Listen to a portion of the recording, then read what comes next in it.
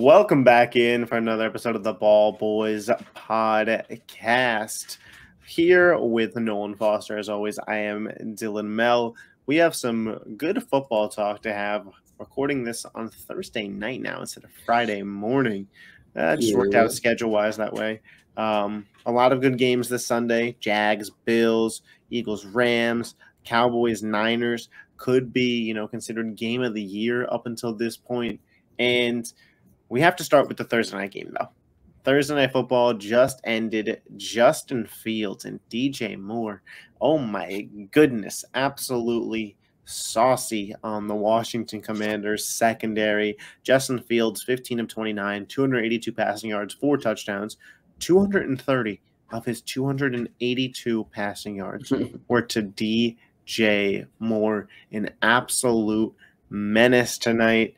Man, what are your takeaways from this game? Do you are the Commanders cooked? Is Ron Rivera cooked? Are the Bears going to mount some kind of comeback going forward in the season, or was this just a sloppy Manders secondary? Yeah, last week I picked the Bears to win. I thought they were kind of turning a corner, and going into tonight, I actually thought the Bears would win. Not this convincingly, though. We saw last week with the Commanders, their secondary is toasty.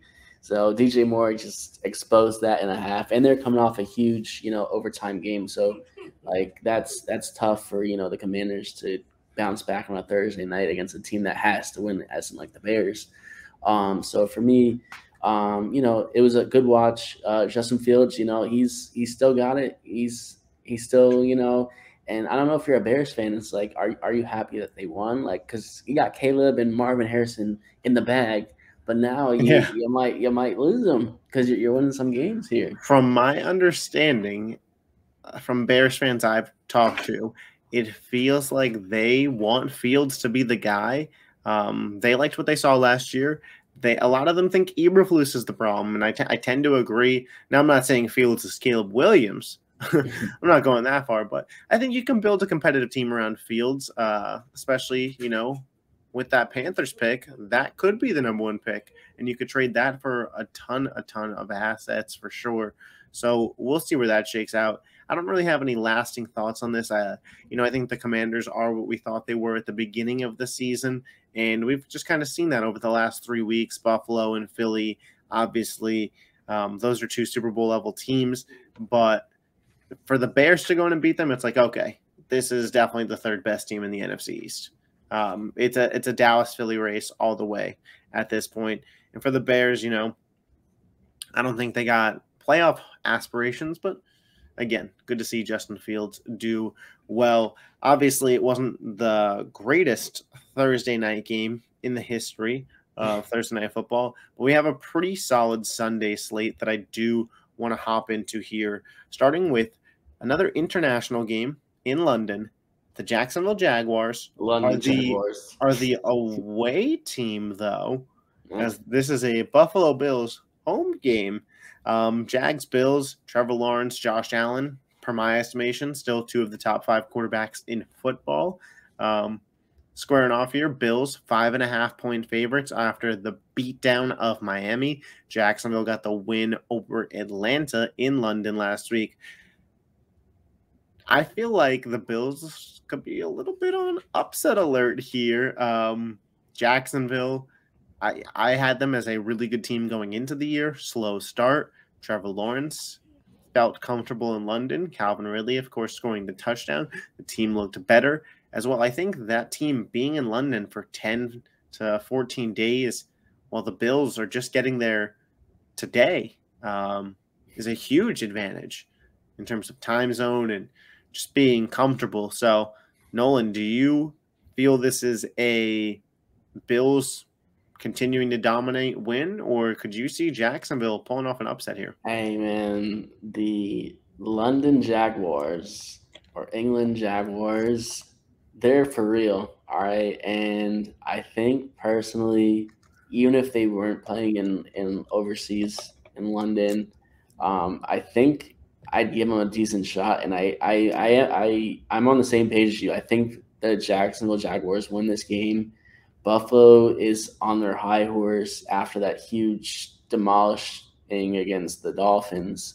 So they're emotionally like still drawn from that. They still have to fly all the way to London, play there. I think there's jet lag, stuff like that. And Jacksonville's, they've been there for the past week already. So I think for them, they're comfortable and they need a statement win. And I think this is their statement win.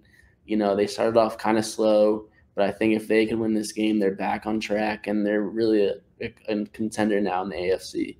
Yeah, for sure. And, for Buffalo, Von Miller could be activated for this game, so that'd be a huge come up from them.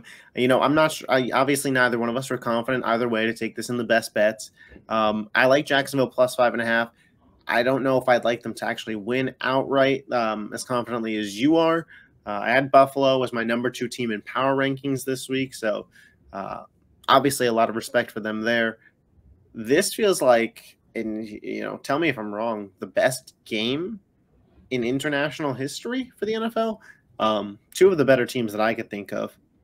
Moving forward, I'm going to skip over Titans and Colts as that'll be one of my best bets. Saints, Patriots, basically a pick 'em. I think Saints are favored by a point right now. Derek Carr, another week healthier. Alvin Kamara came back. Olave, Michael Thomas. Obviously, the big story here is how the Patriots just looked really, really bad versus Dallas. Mac Jones got benched. Unfortunately, they lost their 2 best players, Christian Gonzalez and Matthew Judon, in that game. So their defense could be weak, could be susceptible. I lean Saints here, but Derek Carr, that injury clearly affected him versus Tampa. And I wouldn't put anything past Bill Belichick, especially at home, in what feels like a must-win game for New England. But I lean New Orleans for sure. I think they could take advantage of the injuries on New England's side. What say you? Yeah, I'm the same way. That Belichick thing kind of does scare me. He's playing for a lot, pride, his job, possibly. Like, there's a lot going on there, and that Mac Jones stuff was beyond awful last week. Like, it looked really bad on the sidelines. But I still have to rep the Saints. I think that they have to win this game. They just lost to the Bucks, division opponent.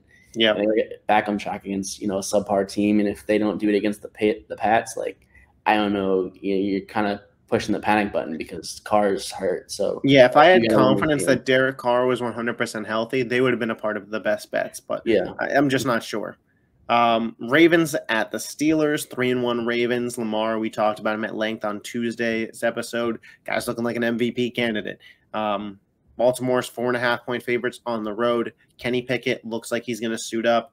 I wouldn't call it must win for Pittsburgh, right? 2-2 on the season, but there's a lot of chatter in Pittsburgh about Matt Canada's job. You feel like the offense has to show up in some manner, or changes could very well be made during the season. Mike Tomlin alluded to that. But overall, the Ravens just feel like a much better team at this point in time than the Steelers. I love what I'm seeing from Lamar. I love that Mark Andrews was involved last week. The defense is very, very good. And for Pittsburgh, their offensive weapons have all kind of just been below average. Pickett's been worse than expected. Najee is mid.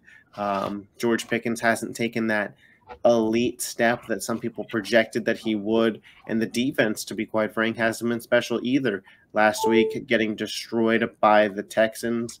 What do you feel about this game? I mean, do you think that the Ravens absolutely dominate? So it's tough because usually the Pittsburgh Steelers, they play the Ravens very tough. These games are dogfights. And it looks like the Ravens, they got a lot of stuff going on. They look like they're going to win. They're on, they just beat the Browns, but you never know about these types of games. And I'm very hesitant to really be confident in picking the Ravens. I do think the Ravens win, but I would not take any bets whatsoever on this game. Like, to me, this feels like a backdoor cover by Pittsburgh. Yeah, I could totally see them maybe even straight up, honestly. I don't think they win straight up. I'd be very confident in Baltimore money line, but it does feel like Pittsburgh backdoor covers this one. Moving forward, battle of 2-2 teams. The Texans, obviously, they're riding high compared to the Falcons. The Falcons, however, still favored by 1.5 points here. I was very close to taking Houston here. The football that Houston has been playing is very good. In my opinion, C.J. Stroud's looked like the best rookie quarterback. Not even close. The Houston offense appears to have figured it out. The defense, Will Anderson, their number 3 overall pick, has a sack, a forced fumble, a touchdown, and a blocked field goal on the season. So talk about an excellent first month. Whereas for Atlanta, they got pieces, just not at the quarterback. Desmond Ridder has been so unbelievably ass. And, I'm not praying on the guy's downfall, but when you're right, you're right. And I was right about him. I think Houston wins this game outright. It just missed the cut, honestly, for being on my best bets. I feel very confidently about it. Yeah, no, I was the same way. Like, they were probably my 4th pick because we only have 3. Yep. Like, pretty much exactly what you said. And I think for me, like, if you're the Falcons, like, you have to win this game. Like, you've been playing super shitty the past couple weeks, especially on the offensive side. And, after last week's stinker in London, like, you got to come back at home and you got to beat the Texans, man. Like, I know they're not an easy team to beat, but they're not you're not one of the best teams in football. Like, you have to beat them at home, especially if you have these aspirations to make the playoffs, which you haven't done in a couple of years. So Ridder has to show something. Their passing game has to do something. Like, it's honestly crazy how, like, backwards they're running their football team, like, offensively. Like, I don't know if it's Arthur Smith or just the team. Like, they're so run heavy, and I don't understand it when you have Drake London, Kyle Pitts. I'm not even the biggest Drake London guy, but you have to, like, extend the ball. Well, they can't. The quarterback can't. Yeah. So I just if you're a Falcons fan, good luck. Yeah, for real. The Falcons should be in the market for Kirk Cousins. They should be in the market for Kyler Murray. They should be in the market for a quarterback that they don't need to groom. I feel like the team is ready otherwise. Yeah. But yeah, shout out to the Texans, man. They've been playing some really, really good football. Yeah, my roommate's a Texans fan, so he's been waiting on this moment. Yeah, it's been hey, the organization had Matt Schaub growing up, and now you got Stroud, and he's looking good. You had Watson in there too. The organization has found a way to win on multiple levels, and to recover from the Deshaun Watson situation within 5 years and feel like you're in a really good spot. D'Amico Ryans. Certain teams couldn't do that. Cleveland Browns. Anyways. The Panthers traveled to Detroit. The 0-4 Panthers travel to take on the 3-1 Lions. The Lions are 10-point favorites in this game. Amon-Ra St. Brown, the wide receiver 1 for Detroit, hasn't practiced all week. We're recording this Thursday night, obviously, so we'll see what happens Friday. Are we confident that the Lions should be 10-point favorites? Has the hype gotten too far? I know it's the 0-4 Panthers, but man, 10 points, laying 10 points with Detroit, that just, I don't know, it just doesn't feel normal. That's for sure. Last week, I think the Panthers were starting to figure it out. It was, it's only Bryce Young, what was it, third start, He missed that 1 week. So I think he took that week off, practice, got better, more reps. Like, he's starting to figure it out, I think, and I think the team itself. And I think that 10-point, that's a lot. That is a lot, especially for an offense that may be without their best weapon. Yeah, and I think it's too many points for me, and I would take the Panthers plus 10. Yeah, I mean, it's just I can't bet on the Panthers in any good faith right now, but I also can't take Detroit to cover double digits right now. We're gonna skip over Giants Dolphins. We both have a bet in that game. Bengals Cardinals. I mean, this is gross. This is a gross game. Who would have thought? Yeah, it just hurts my head right now. It just hurts my head to see the Bengals like this. I picked them to be in the Super Bowl. And this Joe Burrow injury, I wish he would have just sat the first month, man. T. Higgins now looks like he's going to be out. I mean, Jamar Chase is going to get 20 targets in this game after his comments. T. Higgins, he's going to get peppered. And, dude, I feel like the smart money's on Arizona +3. I really do. I can't bring myself to bet on Josh Dobbs over Joe Burrow, man. Joe Burrow could be in a wheelchair, and you wouldn't. Man, this fucking sucks. That's my analysis on the Bengals, man. Get well soon, Joe. But yeah, I think I would lean Cardinals +3. The Bengals have not shown me any ability to be favored on the road, and the Cardinals have been competitive in every game that they've played, man. Even last week with the Niners, they put up a decent fight for what their roster is. So this is a Yeah. Cardinals team that's got fight, and it's a Bengals team that doesn't. Yeah, I would have to take the Bengals spread. Like I cannot bet money line or spread on the Cardinals until like I see it against the Bengals because the Cowboys game you knew that was coming. But the Bengals, that's a different beast, and I think that they're super hungry. They know they have to win this game, and I think that it's low. That spread is super low, and I know that the Bengals they've had They want you so to many bet problems. Bengals. They want you to bet Bengals. That's the problem. Yeah, I can't see it. I cannot see it. Like for me, like it's too low a spread for me. Like I think the Bengals should cover. I really want to take I any bets hope we're there. not coming up here on Tuesday. I hope that you're right. I hope the Bengals look like the Bengals. Joe Burrow looks excellent, has 3 or 4 touchdowns, and they won 35-13. I hope you're right, man. I got a futures bet on I think Eagles Bengals a Super 10-point Bowl. win is doable. Yeah, I hope so. Eagles travel to LA to take on the Rams. The Eagles 4-0, favored by 4. The Rams, though, man. Puka Nacua, rookie of the year potentially right now. And you got Cooper Kupp, who appears to be coming back. So some guys to attack that Eagles secondary. The Eagles this week signed Bradley Roby. Thought that was a huge, huge signing. Have him play nickel. Bradbury back to the outside. I will say this Eagles pass rush should be able to get home. We watched the Bengals pass rush get home against this Rams team on Monday Night Football. And Fletcher Cox is out, though. So that's more Jalen Carter out there, which might be a good thing for the Eagles if we're being quite frank for our Philadelphia Eagles. I look for the Eagles to make a statement, a team that we know is an excellent team. People could talk all the shit that they want about the Eagles and say what they want, but great teams win when they don't play their best football. It's what you watch the Chiefs do last week against the Jets.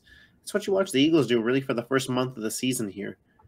I don't know a single team in recent memory that has lost in the Super Bowl and come out the next year and started 4-0.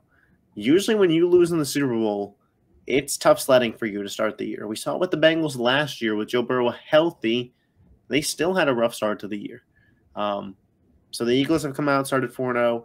And that Washington game, man, it just kind of told me that, when they want to put their foot on the gas, they can. That's what it felt like. And I don't see a reason to expect the Eagles to lose this game. However, covering the points on the road in LA, Western time zone, it's tough. It'll be tough. We will see. But if you ask me to lean away, I'd say Eagles. Yeah, I mean, I think the Eagles win, but I wouldn't be surprised if it's just as close as last week. I think that Puka and if Kupp does play, that combo is deadly. And I think, based off what we've seen, that our secondary's, not as great as it was last year as of now. There's some injuries, but that D-line should feast. We said that last week and it didn't, but hopefully this week is different. Yeah. I don't know what came over that Washington O-line. Yeah, well, I do know what happened. Our secondary decided let's play 7 to 10 yards back, and Sam Howell was getting the ball off in 2.5 seconds. Yeah. No wonder the front line couldn't get home. So hopefully now, if the Eagles can have Roby out there, they can feel a little bit more confident than they were with Josh Jobe playing back like that and play up a little bit further. Because, again, no disrespect to Josh Jobe. He was put in a spot he wasn't ready to be in, but it hurt the whole defense having him out there, to be quite frank, because you had to play him back or else he was going to get burned. By playing him back, Sam Howell was able to get the ball out quickly, and then the D-line wasn't able to get home. So I think the Eagles' defense gets right. I think the Rams will have some figuring out to do with what Puka and what Kupp's roles are, because they've looked very similar type players, and that's something to work out. But if anybody can do it, it's Sean McVay. I just don't know if it's, this week that it's figured out. A game that I would have been really excited for at the start of the year, Jets-Broncos. I'm no longer uber excited for it. Denver's favored by 2.5 after the win last week over the Bears. Jets had about a moral victory over the Chiefs, but they didn't win the game actually. Zach Wilson played the best he's played, looked better than Russell Wilson has this year. It's a game that I won't be tuning into. I don't think many people will be, but I slightly lean Jets, man. I mean, I'm getting points. I feel like I'm getting the better quarterback after last week. I'm probably getting the better defense, definitely getting the better defense. So I don't have much analysis for this game, man. Whoever loses, their season's over.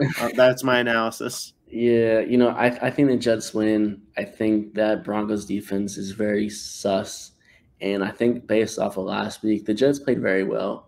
And I think that they take that momentum coming into this week and get a nice little road victory. Zach Wilson kind of gets, some encouragement from the team, the league.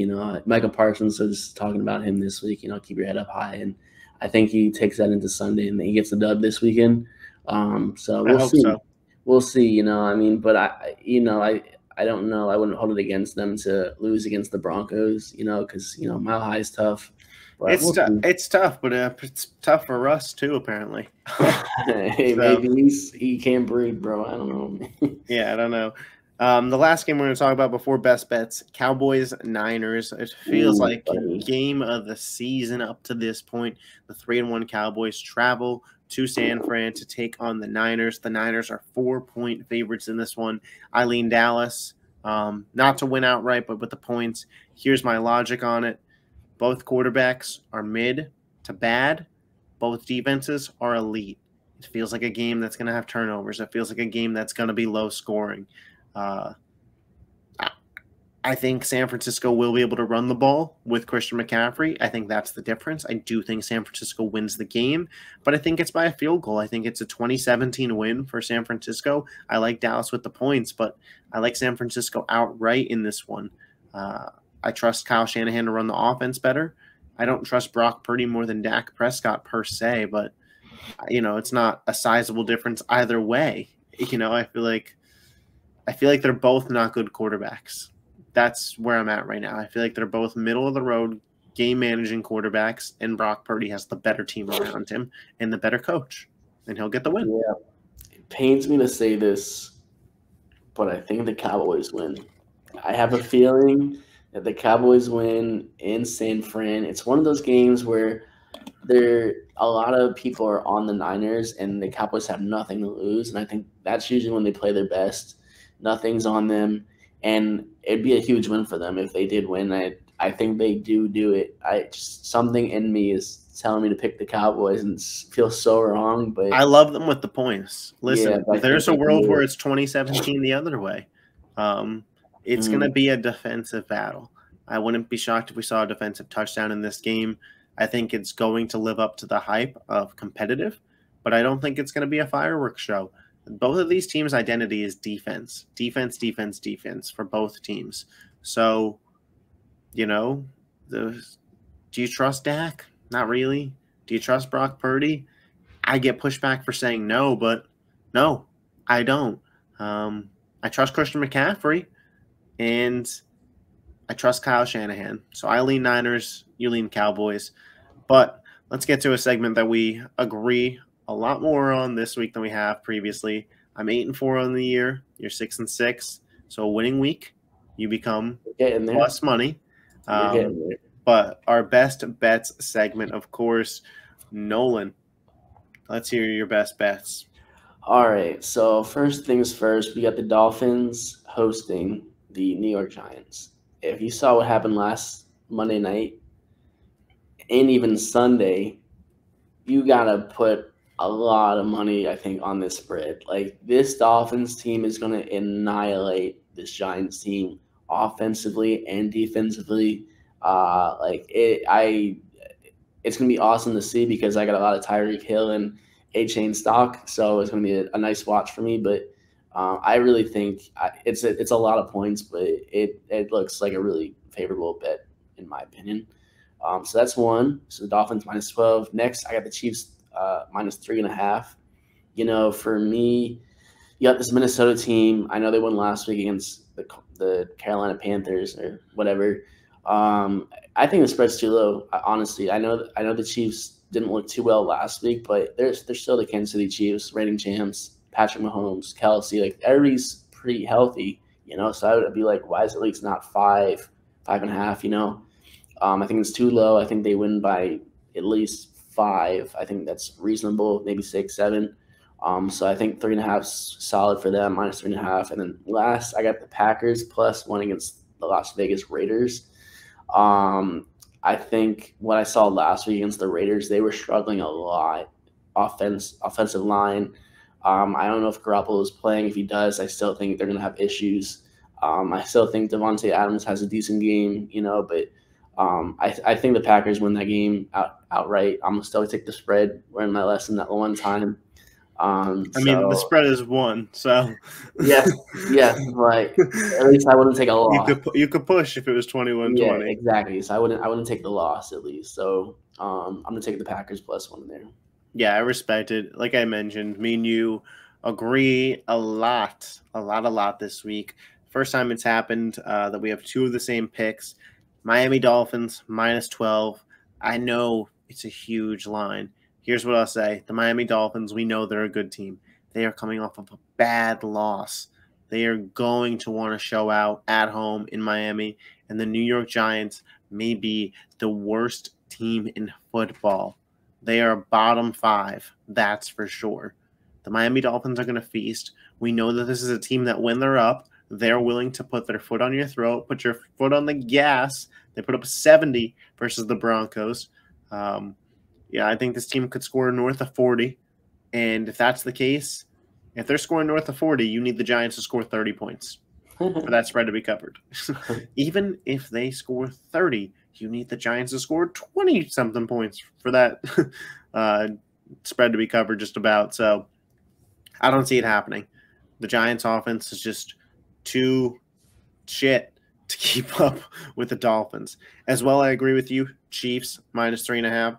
I think Patrick Mahomes, he said it after the game. He's having a bad start to the year. It's a get-right game, that Minnesota Vikings secondary. And you could say it's a shootout, but I don't think it is. I think the Chiefs' defense is good. I know Zach Wilson had a good game, but I think the Chiefs overlooked the Jets, got a little sloppy, and I think Coach Andy Reid's going to have them coached hard this week. And they're going to go out there and they're going to win in Minnesota, and they're going to win handily. I think double digits is in the realm. Possibility. I think Patrick Mahomes is going to have his best game of the year. And the game that we differed on, where we had 2 different picks, I actually have my last pick, as I just want to make sure I have the line right here. I have the Colts over the Titans. The spread is -2.5 in favor of Tennessee. I have the Colts +2.5. I think the Titans win over the Bengals is very much so overvalued at this moment because I don't think the market has correctly adjusted to Joe Burrow. This isn't Joe Burrow right now. And this Bengals team isn't this Bengals team.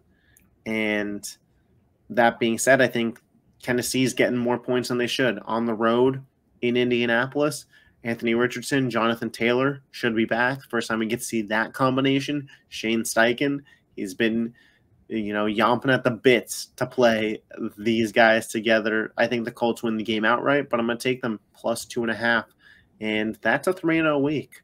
And Nolan, you could be up there with me, 3-0. You definitely got 2 wins. We'll see. We're going to put that in the air. This week. For sure. You know what, though? No matter what after this week, I'll still be ahead of you because we had 2 of the same. That's all right. You can't catch up that way. But be sure to be subscribed to the College Kids Experience channel tomorrow. The NPA videos are coming out. Eastern Conference preview. We already recorded it. It was fire. It was nice. A little spicy. So you'll be sure to check that out. Give us a follow on socials. Give the College Kids a follow on socials. They got you when it comes to MLB action. You want to win some money this MLB postseason? They're 6-1 in the wild card, and they're not stopping. They're going to keep on firing. Make sure you're subscribed. Make sure you're following. Until next time, peace. Deuces.